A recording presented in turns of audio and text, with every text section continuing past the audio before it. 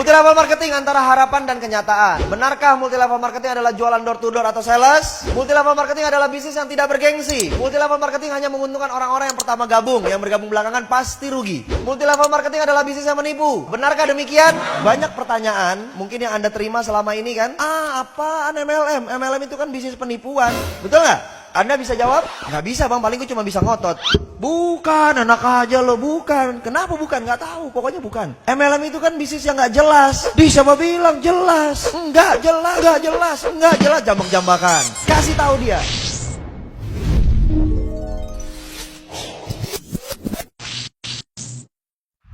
Anda tahu nggak bahwa di dunia ini ada sistem pemasaran? Setiap perusahaan yang ingin mencari keuntungan pasti harus menjual produk. Produknya itu bisa berupa barang, bisa berupa jasa, betul?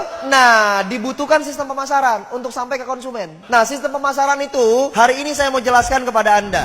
Oke, saya mau kasih tahu sama teman-teman. Di dalam dunia bisnis, ini dibagi menjadi beberapa jenis. Yang pertama adalah bisnis konvensional. Yang kedua adalah bisnis multi level marketing. Yang ketiga adalah bisnis money game. Nah, supaya kita nggak kejebak, saya mau bahas dulu yang pertama di money game. Anda tahu money game itu apa? Artinya, money, uang, game, permainan, berarti permainan uang. Banyak nggak yang nembak Anda? Ini money game ya? Jangan-jangan ini bisnis putar-putar uang orang, betul? Anda harus kasih tahu, Anda harus sadar, kita harus tahu bahwa money game itu punya karakteristik, punya identifikasi. Yang pertama, money game yang pertama, sudah pasti tidak ada produk, tidak ada produknya. Jadi kalau perusahaan ada yang nawarin tanpa produk, pasti money game. Perlu nggak dicari tahu lagi lebih dalam? Nggak perlu, tinggal. Paham?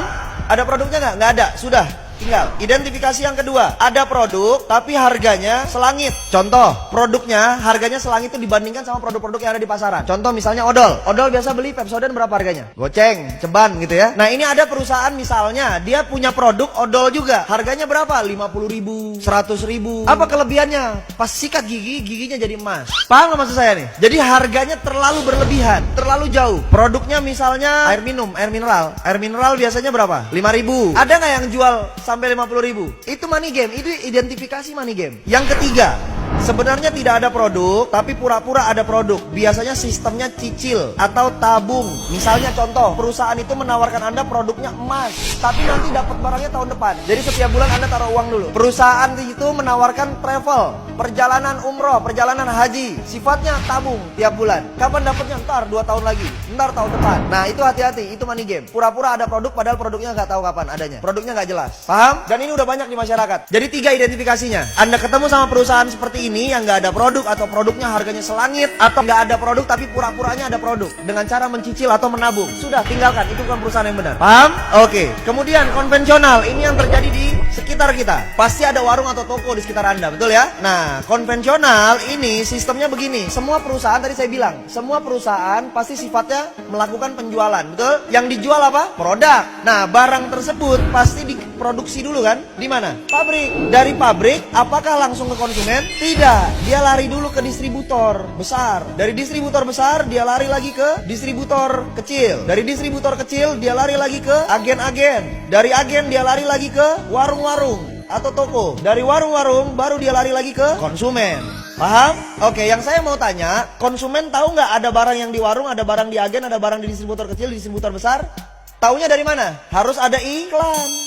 Bayar nggak iklan? Mahal nggak bayar iklan? Mahal, betul? Terus dari pabrik ke distributor besar, ada nggak biaya distribusinya? Ada biaya pengiriman, ditambah harganya. Contoh misalnya ini harganya 2.000 dari sini, 2.000 perak. Sampai ke distributor besar, dari distributor ke distributor kecil, harganya tetap 2.000 atau berubah? Berubah jadi 4.000, betul? Dari ini ke sini, dari distributor kecil ke agen, berubah lagi jadi 6.000, 8.000 misalnya, betul?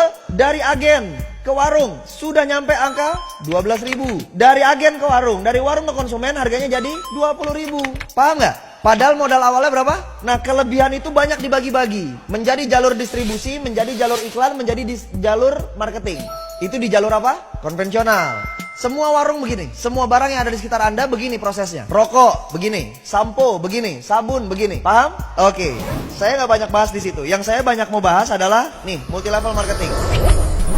Lalu kalau begitu, apa bang kelebihannya multi level marketing? Multi level marketing ini adalah perusahaan di mana barangnya tetap yang produksi pabrik. Dari pabrik lari ke distributor. distributor tunggal namanya. Itulah perusahaan multi level marketing. Dari distributor tunggal larinya kemana? Ke konsumen. Langsung. Loh, terus bang, kan konsumen ini kan member. Ya, dia member. Terus member biasanya tugasnya ngapain? Cerita, betul? Akhirnya ada orang yang gabung sama dia, betul ya? Berarti si konsumen ini bisa menciptakan konsumen yang lain ya? Artinya apa? Konsumen ini otomatis garis miring marketing. Berarti konsumen ini garis miring bintang iklan. Berarti konsumen ini garis miring apa? Distributor. Paham? Dari sini konsumen menciptakan konsumen lagi, menciptakan konsumen lagi. Harganya dari pabrik ke distributor tunggal, dari distributor tunggal ke konsumen, ke sini sama semua nggak? Sama. Jadi kelebihan dananya tadi, kelebihan dananya tadi itu dialirkannya kepada siapa? Kepada kita, karena Anda marketingnya, Anda distributornya, Anda bintang iklannya. Berarti kita yang dibayar mahal oleh perusahaan multi level marketing. Paham? Berarti Anda distributor kan? Berarti Anda keren nggak? Bergengsi apa tidak bergengsi? Bergengsi. Kenapa harus malu? Anda distributor loh. Distributor, kalau kalau toko-toko distributor itu yang gede, yang banyak stoknya banyak, yang barangnya banyak. Berarti modalnya gede nggak? Kalau kita di multi level marketing modalnya perlu gede nggak? Nggak perlu. Paham? Oke, satu kelebihan lagi yang saya mau bahas. Anda lihat, Anda perhatikan. Biasanya jumlah barang yang dimiliki konvensional dari pabrik, dia ngoper ke distributor besar ini biasanya bersyarat. Artinya paket besar. Anggap misalnya 10.000 piece. Begitu sampai turun ke distributor kecil, ini turun menjadi 2.000 piece. Dari sini turun ke agen misalnya 500. Ke warung-warung misalnya 100. Ada batasan jumlah barang yang dikirimin, stoknya. Berarti pertanyaan saya begini, si warung ini bisa nggak lebih kaya daripada agen? Nggak mungkin orang jualannya cuma 100 tiap hari. Agen jualannya 500 tiap hari. Mungkin nggak dia lebih kaya daripada ini? Tidak mungkin. Agen mungkin nggak lebih kaya daripada distributor kecil? Tidak mungkin. Distributor kecil mungkin nggak lebih kaya daripada distributor besar? Tidak mungkin. Betul? Oke. Sekarang saya mau tanya, multi level marketing, si konsumen ini jual produk nggak? Jual. Produk siapa yang dijual?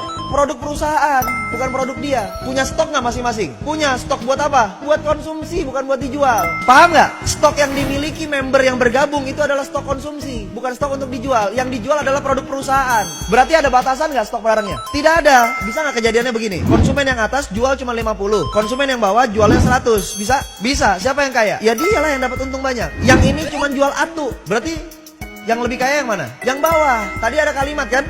MLM adalah bisnis yang memperkaya yang di... Salah atau benar? Salah.